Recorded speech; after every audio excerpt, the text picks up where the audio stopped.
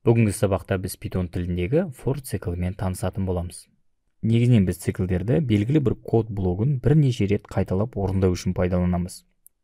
Сонымен қатар Python тілінде for циклі арқылы біз кез келген жинақтың жеке объектілерінен итерация жасай аламыз. Бұл циклді қолдану үшін біз бірінші for кілттік сөзін жазуымыз керек. Одан кейін біз осы цикл ішінде қолданылатын айнымалыны қоямыз. Ол айнымалы циклдің әрбір итерациясында не цикл орындалу кезінде әртүрлі мәнге ие болады. Айнымалыдан кейін in кілттік сөзін жазайық. Ең соңғы бізде тырнақшалар арқылы string типті мәлімет берілген. Бұл жол қос нүктемен аяқталатынына назар аударыңыз. Ал цикл денесінде бос орындар арқылы print x жазылған. Яғни әрбір итерацияда біз x-тің мәнін экран бетіне шығаруға тырысамыз. Кодты жүргізіп көрейік. Сонымен осы цикл арқылы біз мына string мәліметінің әрбір жеке әріптерінен жүріп өтеміз. Яғни бірінші итерацияда біздің x айнымалысының ішіне бірінші әріпті саламыз. Сосын екінші итерацияда келесі әріп, одан кейін келесі әріп. Міне осылай for циклі берілген жолдың соңғы әріпіне шейін кезек-кезек x мәнін өзгертіп экран бетіне шығарып отыр. Тағы да бір мысал қарастырайық. Бұл жолы берілген тізімнің әрбір элементінен жеке-жеке жүріп өтейік. Ал тізімдерді Python тілінде құра алу үшін біз тік жақшаларды қолданамыз.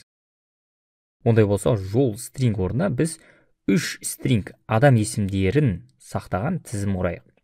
Кодты жүргізетін болсақ, әрбір итерацияда әрбір string, яғни тізімнің жеке-жеке элементі, x айнымалысына тағайындалып, экран бетіне басылып шығып отыр. Тура осылай біз сандар тізімдерімен де жұмыс істей аламыз.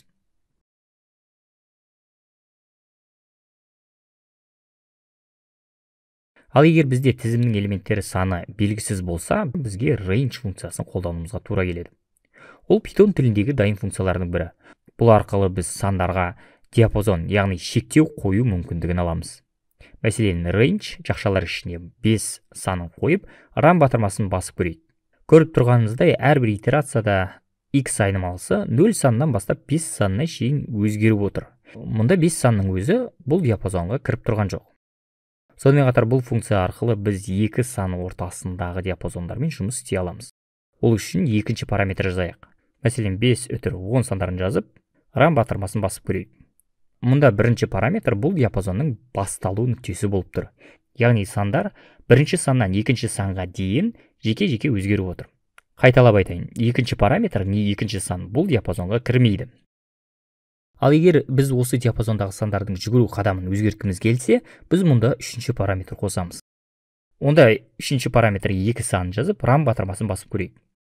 Көріп тұрғанымыздай, нәтижеде 5 саннан бастап 10 санына шейін әрбір екінші сан экран бетіне шықты. Байқағанымыздай, бұл үшінші параметр range функциясына берілмеген жағдайда бізде қадам әрқашан 1 болады. Сонымен қатар бізде range функциясы үлкен саннан кіші санға дейін диапазонмен жұмыс істей алады. Олай болса, видеоны паузаға қойып, келесі код нәтижесін тауып көріңіздер. For I in range жақшалар ішінде 7, 2, -2. Яғни біз I мәнін экран бетіне шығарып отырмыз.